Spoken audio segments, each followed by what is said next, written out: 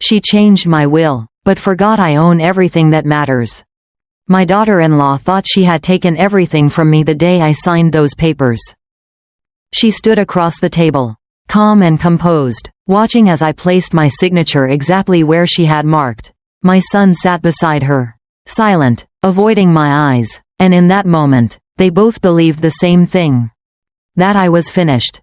That everything I had built, everything my husband and I had spent decades creating, now belonged to them.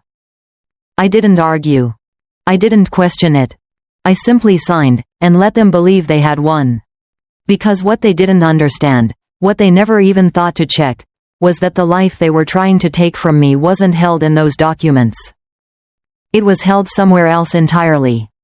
3 weeks earlier, I had buried my husband. 41 years of marriage reduced to a quiet house and a single cup of coffee in the morning.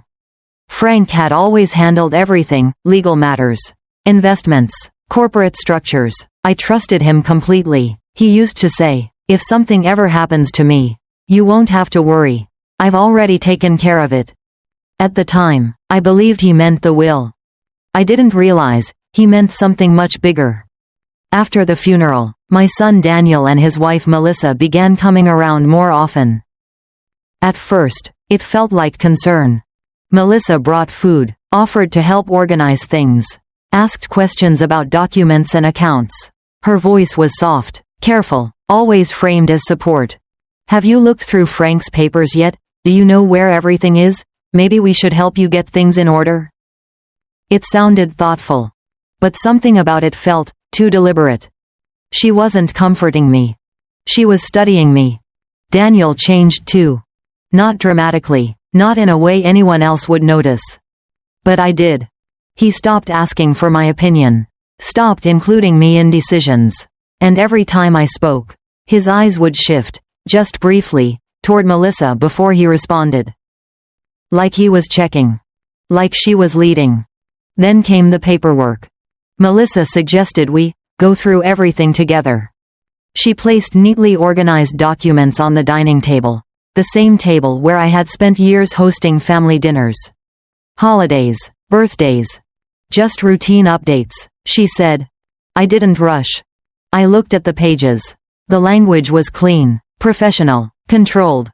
Too controlled. I felt it immediately. Something wasn't right. But I signed. Calmly. Carefully. Exactly the way they expected me to. And when I did, I saw it, the subtle shift in Melissa's expression. Relief. Satisfaction. Control. That night, I didn't sleep. Not because I was afraid. But because I knew. I didn't yet know how, but I knew something had just been taken from me. The next morning, I went into Frank's study. I hadn't touched anything since he passed. The room still smelled faintly of his cologne. His desk was exactly the way he left it. And in the bottom drawer, I found it. A file. Labeled in his handwriting. Corporate holdings, primary control. I sat down and opened it. And within minutes, everything changed. Frank hadn't structured our assets the way Melissa assumed. The house, the accounts, the investments, none of them were held directly under my name. They were all tied to a parent corporation. A company. A structure. And that structure belonged entirely to me. The will controlled distribution. But the company controlled ownership. And without ownership, the will meant nothing. I sat there in silence, holding the papers, letting the truth settle slowly. Melissa hadn't taken everything. She had only taken access to something that had no real power on its own. And that's when I understood something else. She didn't know. She had gone through documents. She had planned carefully. She had even brought in her own attorney. But she had missed the one detail that mattered. The foundation. I didn't confront her. I didn't say a word. Instead, I let her continue. Over the next few days, she became more confident. More open. She stopped asking. She started deciding. I've scheduled a meeting, she told me one morning. We'll finalize everything and begin transitioning control. Transitioning. She said it like she already owned it. I nodded. Of course, I said. Because by then, I had already decided what I was going to do. I went to the corporate office for the first time in years. The receptionist didn't recognize me, but she recognized the name. Within minutes, I was sitting across from Martin Reynolds, my husband's longtime attorney. I signed everything, I told him. He didn't react. They think they have control now. He nodded once. And do they? He asked. I looked at him calmly. No, I said.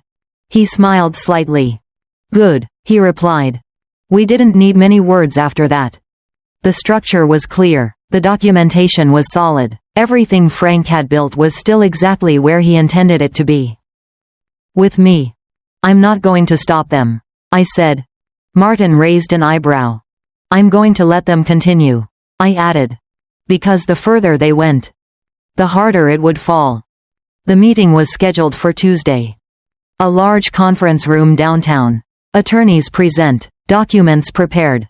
Melissa walked in like she already owned the room. Daniel sat beside her, quiet as always. I sat across from them. Calm. Still. Melissa spoke first. Confident, structured, certain. All primary assets have been transferred under the revised will, she said. We're here to finalize control moving forward. They let her finish. Every word. Every claim. Then they turned to me. Mrs. Patterson, one of the attorneys said, would you like us to proceed? I nodded. Yes. And just like that, everything began to unravel. This meeting, the attorney said, is not to confirm the transfer of assets. Melissa frowned slightly. What do you mean? It is to clarify the ownership structure. He continued. Silence. The assets referenced in the will are not independently held, he said. They are controlled by a parent corporation. Melissa straightened. That's not relevant, she said quickly. The will. The will governs distribution, he interrupted calmly. But it does not override ownership. He slid a document across the table. The corporation that holds controlling interest in all listed assets is solely owned by Mrs. Patterson. Silence. Complete. Melissa stared at the paper. Daniel looked at me. And for the first time, they understood. You knew? She asked. Yes, I said. Why didn't you say anything? Daniel asked. Because you weren't listening, I replied. There was nothing left to argue. Nothing left to explain. Melissa lost access. Daniel lost certainty. And I lost nothing. Weeks later, the house felt different. Not emptier. Not quieter. Just mine again. I still made coffee in the morning. Still sat by the window where Frank used to read. Some things don't change. But one thing did. I no longer assumed loyalty. I no longer ignored silence.